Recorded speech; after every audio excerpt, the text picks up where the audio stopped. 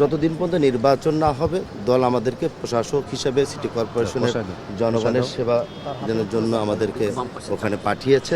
আমরা নির্বাচিত নয়, আমরা কতদিন থাকব।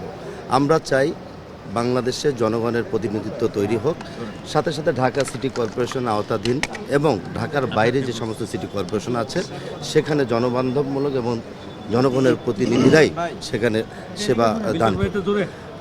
যতদিন পর্যন্ত নির্বাচন না হবে দল আমাদেরকে প্রশাসক হিসেবে সিটি কর্পোরেশনের জনগণের সেবা জন্য আমাদেরকে ওখানে পাঠিয়েছে। আমরা চেষ্টা করব বাংলাদেশ সরকারের ভাবমূর্তি এবং মাননীয় প্রধানমন্ত্রী তিনি নগরবাসীর কাছে প্রতিশ্রুতিবদ্ধ, সেই প্রতিশ্রুতিবদ্ধকে আমরা বাস্তবায়ন করার জন্য আমরা চেষ্টা চালিয়ে যাব। যেখানে আমাদের মাননীয় প্রধানমন্ত্রী উনি চায় প্রতিটি সিটিতে একটা ক্লিন সিটি থাকুক, পরিষ্কার পরিচ্ছন্ন এবং সবুজায়ন থাকুক। আগামীতে ডেঙ্গু আছে, সেই ডেঙ্গুর পরিকল্পনা নিয়ে উনি আমাদেরকে পরামর্শ দিয়েছে।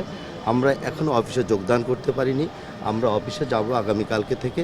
যে আমাদের কর্মকর্তাবৃন্দরা আছে তাদের সাথে মিটিং করে আমরা একটা প্ল্যান বানিয়ে আমরা সেভাবে কাজ করব। আমরা নিশ্চয়ই আপনারা জানেন আমরা দীর্ঘদিন আন্দোলন সংগ্রাম করেছি, আমরা চেয়ারে বসে থাকার লোক নই।